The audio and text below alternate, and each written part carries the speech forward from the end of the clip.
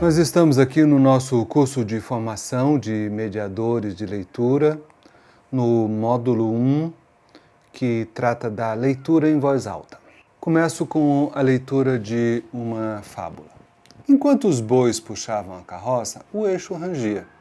Então eles se voltaram e lhe disseram: Ei, meu caro, nós carregamos todo o peso e você que fica resmungando? É assim, o começo de toda prática é com a prática, né? Estamos tratando da leitura em voz alta, começamos com a leitura em voz alta. É assim, faço o que eu digo e faço o que eu faço. Não estamos num momento de dizer a respeito de, mas quanto mais praticarmos, melhor. Então, a leitura em voz alta, dizendo melhor, é assim, o que a gente está buscando é da escrita para a vocalização. O mediador de leitura deve recompor em voz alta os textos literários. Os novos leitores devem dominar a entonação, reconhecendo a pontuação e outras notações típicas do registro escrito. Quais são as notações típicas desse registro escrito? No texto está assim: enquanto os bois puxavam a carroça, o eixo rangia. Então começa com enquanto. É uma palavra que marca um tempo numa oração típica da escrita. É uma frase econômica, breve. Tá? Não é que ela não exista nas realizações orais espontâneas, mas pela dimensão da brevidade, ela é mais típica da escrita do que da fala. Outra marca é a continuidade do parágrafo com outro marcador de tempo. Então, há um primeiro período, enquanto os bois puxavam a carroça, o eixo rangia, ponto. Então, eles voltaram e lhe disseram. Então, não é que o então seja típico só exista na escrita, mas é uma marcação aqui de retomada de um discurso anterior, né, mais do que propriamente uma marcação de um tempo. Está na oralidade, está na escrita, mas aqui a gente está buscando ver como é uma marca forte aqui na escrita. Outra marcação que é própria da escrita é a ideia de aspas.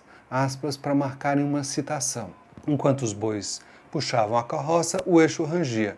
Então eles se voltaram e lhe disseram dois pontos, abre aspas: Ei, meu caro, nós carregamos todo o peso e você que fica resmungando, fecha as aspas.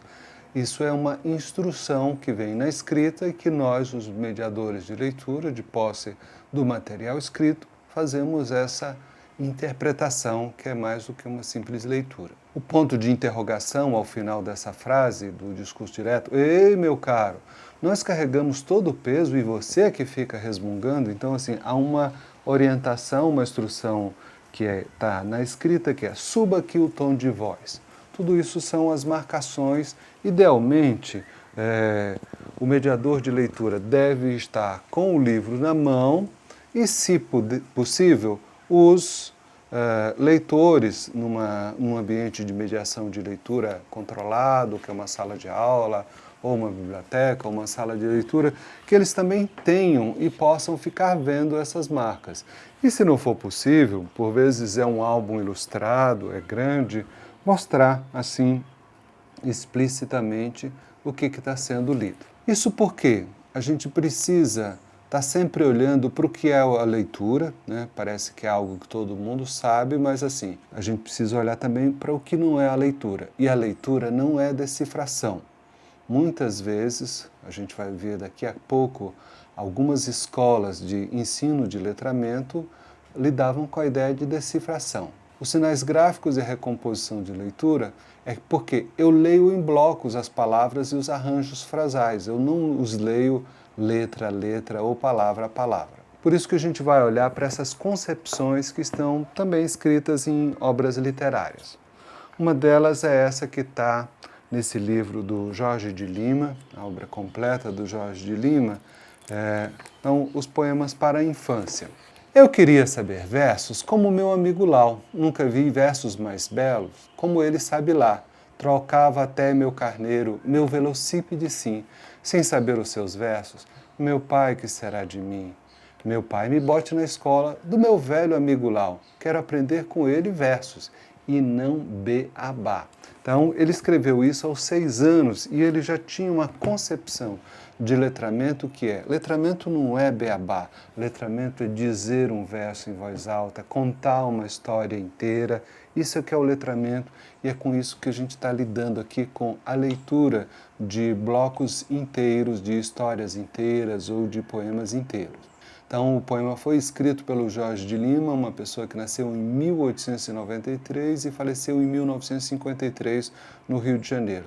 Já digo porque eu estou citando essas datas, quando a gente falar de outro poeta que também andou aprendendo. Então, a linguagem verbal tem 2 registros, o oral e o escrito. O leitor deve ter fluência nesses 2 domínios. Não é que a gente vai chegar lá e dizer assim: olha, você não sabe falar. Todos sabemos falar, desde 2, 2,5, as pessoas aprendem a falar e se exprimir. Não é essa a ideia. A ideia é de que a gente precisa fazer com que as pessoas que ainda não, na medida que a gente possa, das pessoas que ainda não dominam esse letramento por escrito, que eles possam fazer com a melhor companhia. Então, o leitor deve perceber esses 2 movimentos, do escrito para o vocalizado e do dito para o escrito. Nem sempre as escolas têm ensinado com harmonia o vínculo entre os registros escrito e o oral. Na maior parte das vezes admite isso como lógico, como natural, e não faz um trabalho específico a respeito dessas distinções das marcas. Vamos dar uma olhada na memória do Patativa do Assaré, um poeta brasileiro, cearense, nascido em 1909, falecido em 2002. Como é a memória do Patativa do Assaré a respeito da maneira como ele aprendeu a ler, ou pelo menos como ele imagina que aprendeu a ler? Isso está nesse livro, Cante Lá que eu canto cá, que é uma publicação ainda da década de 70, resgatando os primeiros anos da produção do Patativa do Assaré. E o título do poema é Aos Poetas Clássicos, né? Poetas universitários, poetas de academia, de rico vocabulário, de cheio de mitologia. Se a gente canta o que pensa, eu quero pedir licença, pois mesmo sem português, neste livrinho apresento o prazer e o sofrimento de um poeta camponês. Eu nasci aqui no mato, vivi sempre a trabalhar, neste meu pobre recato eu não pude estudar. No verdor de minha idade, só tive a felicidade de dar um pequeno ensaio em 2 livros do escritor, o famoso professor Felisberto de Carvalho. Do primeiro livro havia belas figuras na capa, e no começo se lia: a pá, o dedo do Papa. Papa, pia, dedo, dado, pua o pote de melado. Dá-me o dado a ferema e tantas coisas bonitas que meu coração palpita quando eu pego a riscordar. Foi os livros de valor mais maior que eu vi no mundo, apenas daquele autor, li o primeiro e o segundo, mas porém essa leitura me tirou da treva escura, mostrando o caminho certo, bastante me protegeu, eu juro que Jesus deu salvação a Felisberto. Depois que os 2 livros eu li, fiquei me sentindo bem e outras coisinhas aprendi, sem ter lição de ninguém. Então, essa, na minha pobre linguagem, a minha lira selvagem, canto que a minha arma sente e o meu coração encerra as coisas de minha terra e a vida de minha gente. Quero reafirmar que Patativa usou uma grafia não ortodoxa da língua portuguesa com intencionalidade. Isso é um projeto dele. Não é que ele não soubesse a língua que consta das gramáticas e dicionários, né? O Patativa quis promover o modo de falar oral dos nordestinos, como um contraponto a um inexistente falar correto de outras regiões, pois a escrita é convenção. Então, o Patativa dispunha de gramáticas em casa e seu conhecimento literário em língua portuguesa convencional era vasto. Ele próprio, ele escreve aos poetas clássicos porque ele é um poeta clássico. Mas sabia da força da palavra dita em voz alta, a palavra que reforça a identidade, fosse do matuto de qualquer região do Brasil, fosse especificamente desse matuto nordestino, por isso que ele usa essa grafia que ele usa, em verdade é uma instrução, leia assim o meu poema, não leia de outra maneira, né? Leia dessa maneira. Seu doutor só me parece que o senhor não me conhece, nunca soube quem sou eu, nunca viu minha paioça, minha mulher, minha roça e os fios que Deus me deu. Se não sabe, escute agora que eu vou contar minha história, tenha a bondade de ouvir. Eu sou da classe matuta, da classe que não desfruta das riquezas do Brasil. Esse é outro poema que está aqui nesse livro dele, que se chama Seu Doutor Me Conhece, né? Que logo a gente vê que as semelhanças entre ele e o Jorge de Lima, considerado esse sim um poeta clássico, é maior do que possa parecer. E o que é esse primeiro livro de leitura do Patativa do Assaré? Então, o Felisberto de Carvalho é um autor que nasceu em 1850, e além de professor, jornalista, ele foi músico e autor de inúmeros livros didáticos. E mesmo após o seu falecimento, em 1898, seus livros foram reeditados, sendo utilizados por mais de 70 anos. A boa parte da minha escolarização ainda aconteceu na década de 60 e nos anos 70 eu ainda morava no interior do Ceará, então eu ainda recebi, não exatamente esse livro, mas a mesma concepção do Felisberto de Carvalho. Essa é a capa do livro, né? Uma coisa preciosa, e a primeira lição aparece a grafia tipográfica e a grafia manuscrita, O, A, maiúsculo, minúsculo, a imagem de uma pá e o começo disso que ele chama de logografia, que é o sentido da palavra grafada, né? A pá, o papa, então ele vai por esse caminho. E isso em comparação com o poema do Jorge de Lima, né, mostra que a consciência de uma criança de 6 anos já era essa de que o letramento acontece não com o P com A, P a pá, o P com E, P a pé. Né? Eu queria saber versos como meu amigo Lau. Nunca vi versos mais belos, como ele sabe lá. Trocava até meu carneiro, meu velocípede sim, sem saber os seus versos. Meu pai, que será de mim? Meu pai me bote na escola de meu velho amigo Lau. Quero aprender com ele versos e não beabá. Eu sou capaz de supor, não tenho nenhum dado biográfico, que o meu velho amigo Lau talvez nem fosse letrado, mas ele sabia de memória versos e era isso que estava interessado o Jorge de Lima, que se tornou um dos maiores poetas brasileiros. Teve uma formação como professor, como médico, mas assim, o trabalho dele é excepcional e foi desse letramento literário que ele recebeu do meu velho amigo Lau que ele puxou outras coisas. Com certeza o letramento literário do Patativa do Assaré foi muito mais pelos poetas cantadores que ele ouvia, o pessoal na feira, do que propriamente do Felisberto de Carvalho. Mas ele é uma pessoa gentil e vamos deixar o Felisberto na memória dele, da maneira como ele imaginou. E agora? Bom, está lá o Jorge de Lima escreveu, está lá o Patativa do Assaré escreveu. Né? Mas como é que o mediador age diante desse texto já escrito?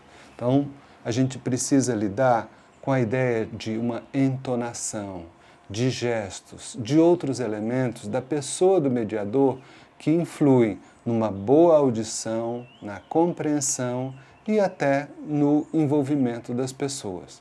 Então, a apresentação oral é essencial, porque o dito em voz alta significa algo dessa natureza. Todo texto escrito, isso é uma formulação do Paul Zumthor, todo texto escrito quer ser lido, né? E ele ganha significação quando ele chega à voz de um dos nossos. No estilo da apresentação, a gente deve olhar para o ritmo, para a velocidade, para a maneira como traz a dicção, a dinâmica dos tons, mais alto, mais baixo, aumenta, diminui, né? Faz um volteio.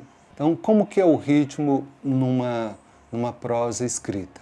Na fábula do Esopo.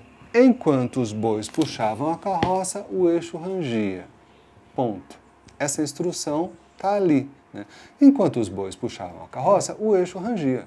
Então, eles se voltaram e lhe disseram: Ei, meu caro, nós carregamos todo o peso e você que fica resmungando? Então, existe uma pontuação, um ponto, 2 pontos, aspas, ponto final. Né? A velocidade, igualmente, a gente precisa olhar, dependendo da idade, da capacidade, não é a capacidade, é o tempo que essa pessoa está dedicando a você. Então, você pode ir mais rápido. Enquanto os bois puxavam a carroça, o eixo rangiu, então eles voltaram e lhe disseram: ei, meu caro, nós carregamos o peso e você que fica resmungando? Ou muito mais lento. Então, enquanto os bois puxavam a carroça, o eixo rangia, para que fique bem marcado, né, cada uma das frases, cada uma das palavras. Então, a pontuação traz isso. E eu posso trazer uma maneira. Enquanto os bois puxavam a carroça, o eixo rangia. Então, eles se voltaram e disseram: ei, meu caro. Então, eu posso ir trazendo umas maneiras que é eu trazer a minha voz, a minha personalidade. Qualquer pessoa que for ler esse material poderá trazer essa maneira de ler. É isso. Há uma instrução básica que está na escrita, mas eu posso trazer isso segundo a minha personalidade.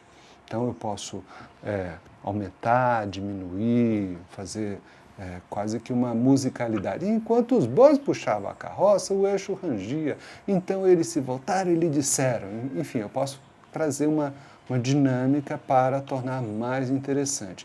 É disso que a gente está tratando, porque senão a gente não lidaria com a ideia da mediação de leitura, bastaria agora há uns programas nos celulares, nos tablets, no computador, e eu poderia mandar fazer uma leitura em voz alta e não chegaria no ponto que nós queremos chegar, que é assim, trazer sempre essa dimensão de que a língua, a linguagem humana, ela é oral. E nós estamos trazendo para a oralidade para facilitar uma maior comunicação. Não é que as pessoas, qualquer leitor em qualquer lugar do planeta, não possa fazer leituras silenciosas. Ele poderá fazer leituras silenciosas, mas antes ele terá que ter habituado a própria memória, o ouvido dele, é como se houvesse uma caixa de ressonância aqui, que ele dissesse todas essas coisas. Ainda que ele não esteja vocalizando, ele vai precisar, né, com a boca fechada, fazer um movimento semelhante a esse. Enquanto os bois puxavam a carroça, o eixo rangia. E então eles se voltaram e lhe disseram: ei, meu caro. Veja que ei, meu caro, é uma fala. A fala tem o direito de ter uma entonação diferente, uma voz diferente. Tá? Então a gente está falando dessa possibilidade de a gente ter uma dramatização e uma caracterização veiculada pela pessoa que faz a performance. Não é todo mundo igual, não é um programa de computador, cada pessoa tem a sua personalidade. Por isso é que não tem essa ideia de erro. Ah, eu li errado. Assim. Se você leu seguindo a instrução, você leu certo. Vamos dar uma olhada em outra fábula que está aqui no Esopo, né, para a gente seguir esse treinamento. Assim. O gato médico e as galinhas.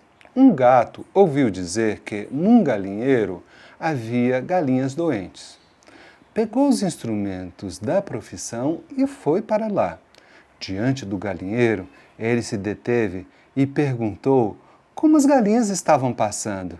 E elas responderam: estamos passando muito bem, contanto que você se afaste daqui. Então, o que a gente tem aqui?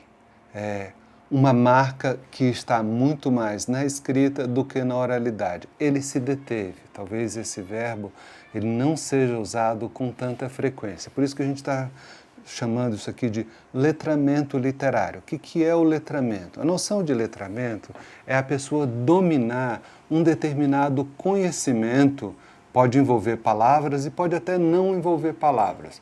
Do que eu estou falando? Um pedreiro, ele é uma pessoa letrada na arte de erguer uma casa. O que é essa pessoa, o que é esse letramento do pedreiro?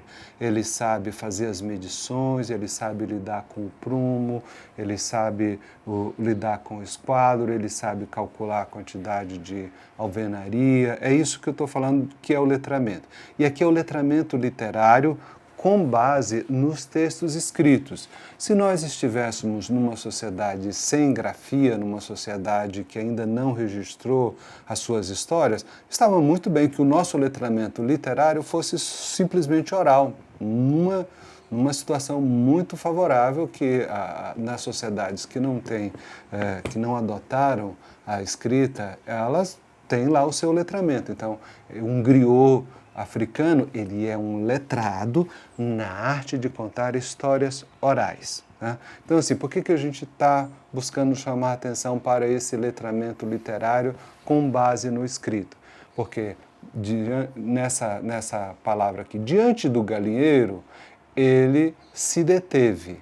O gato se deteve. Então, ele se deteve, é pouco provável que isso esteja na expressão de uma criança de 5, 6 anos. Então, é para a gente olhar. E aqui a gente está ampliando o vocabulário. Tá? Esse vocabulário oral, né? Diante do galinheiro, essa expressão diante talvez não esteja lá. E aí a gente está ampliando esse vocabulário. Pode ser que, por exemplo, em vez de eu ter essa versão em prosa, nessa bela tradução aqui, pode ser que, digamos assim, uma pessoa decidiu colocar essa história em versos, só para a gente ter uma ideia de como é que muda se a mesma história em prosa for dita em versos. Até a seleção vocabular será diferente. Um gato muito esperto teve uma informação que ali no galinheiro havia um problemão com as galinhas doentes reduzindo a produção, mas que depressa o felino encontrou uma artimanha, vestiu-se de veterinário para aprontar uma façanha. Depois de entrar disfarçado, cada galinha ele apanha. Fingindo delicadeza, perguntou no galinheiro: "Como estão de saúde? Pois eu sou um curandeiro, curo mal de gogo e pichilinga, tenho fama de ligeiro." Mas de bestas galinhas nada tinham e com firmeza: "Estamos bem", dizem elas, "vá para outra redondeza, que gata aqui não tem vez, é bicado com certeza." Então, só para a gente olhar essa distinção entre a prosa e os versos aqui, num estilo de cestilhas, de cordel, como a própria seleção vocabular já muda, além da dimensão do ritmo e da rima. Uma outra fábula que a gente trouxe aqui é Os Ladrões e o Galo. Os ladrões entraram numa casa e nada encontraram além de um galo. Pegaram-no e foram embora. Quando estava para ser imolado, o galo começou a implorar que o soltassem, dizendo que era útil para os homens, pois os despertava à noite para os afazeres. De pronto, os ladrões lhe disseram: "Mas é justamente por isso que vamos sacrificar você, pois, ao despertar os homens, você atrapalha nossa gatunagem." Então, que é que a gente chama atenção no lugar de mediador de leitura? Os ladrões entraram numa casa e nada encontraram além de um galo. Esse além de um galo já é uma marca bem forte aqui da escrita. Pegaram-no. Ninguém fala isso assim na tranquilidade de uma expressão oral espontânea. Pegaram-no. Né? Então, quando estava para ser imolado. Imolado não é uma expressão também corriqueira da oralidade. Né? Depois, dizendo que era útil para os homens, pois os despertava à noite para os afazeres. Talvez não seja uma linguagem tão comum na língua oral, né? Na língua oral espontânea, mas está aqui nessa modalidade escrita. De pronto, os ladrões lhe disseram. De pronto também já traz essa dimensão. Mas é justamente por isso que vamos sacrificar você. Então, essa palavra sacrificar talvez não esteja no vocabulário de um roceiro que simplesmente vai lá e mata uma galinha, um galo. Tá? Então, assim, a prosa e os versos. Qual é o sentido do que a gente está trabalhando aqui? Se na prosa o que marca é a pontuação, que pode estar em qualquer posição da linha nos versos há uma necessidade demais de eu recompor o ritmo, as rimas e as frases. Vamos dar uma olhada num material que está só em versos agora. É uma adaptação do Andersen, da Princesa e a Ervilha, uma adaptação que eu fiz para o cordel. No reino do vai não torna, é hora de decisão. O príncipe quer casar com princesa de salão. Para difícil escolha, parte ele em missão. De país em país vai à procura da princesa, mesmo em pleno meio-dia. Procura com a luz acesa, mas nada de encontrar, está sempre na incerteza. Uma é muito arisca, a outra é muito mansa. Uma é muito baixa, a outra ele não alcança. Como escolher uma e outra? É difícil essa balança. Chegou mesmo a fazer concurso internacional, concorreram tantas donas, que o reinado em Arraial de repente transformou-se para a disputa final. Eram variadas provas, cada qual mais animada, concurso de bela dança e da voz mais afinada. Tinha até mesmo disputa de princesa fantasiada. Todos iam uma casa para passarem um mês. Seria a vencedora a princesa mais cortês, que mostrasse princesice quando fosse sua vez. Mas todo aquele concurso e nadinha resultava. Uma princesa grunhia, a outra noite roncava, uma terceira bebia, uma quarta se coçava. E o Big Brother Princesa mobilizou a nação, com todo mundo assistindo pela tal televisão. Mas essa ideia esquisita gerou grande confusão. As princesas em combate revelaram-se brutais, cada qual a mais feroz, mais brabas que animais. Então o príncipe disse: agora não quero mais. As princesas em combate, a rainha recolheu-se e o rei ficou bem mudo, sem princesa escolhida. Foi só um Deus nos acuda e o príncipe tristonho precisava de ajuda. E a história continua, quem tiver interessado, a Princesa Ervina Cordel está disponível aí para ser adquirido. Então, aqui nós quisemos mostrar o quanto é distinta a leitura da prosa da leitura dos versos, né? E sempre nós precisamos lidar com isso, com o envolvimento da audiência, com interjeições. Então, mesmo que esteja escrito, de vez em quando a gente pode chamar a atenção e pode também estar atento para a maneira como a audiência se engaja, dizendo, então, puxa, né? As respostas que eles oferecem quando a gente faz uma pergunta, as interrupções que alguém pode fazer, o jogral, pode ser que eu faça uma espécie de ensaio e peça para eles repetirem, para a audiência repetir, criando um ritmo, criando um diálogo de vozes, não um diálogo assim, né, eu pergunto e você responde, mas criando essas múltiplas vozes. Todos esses elementos na leitura em voz alta, eles não são extras e nem opcionais, eles fazem parte do que a gente precisa fazer. E sempre essa noção de que qualquer ato de contar uma história, ler uma história, é um evento comunicativo que ocorre mais no tempo do que no espaço. Então, a gente precisa estar atento para essa dimensão, para o decorrer do ato de contar essa história.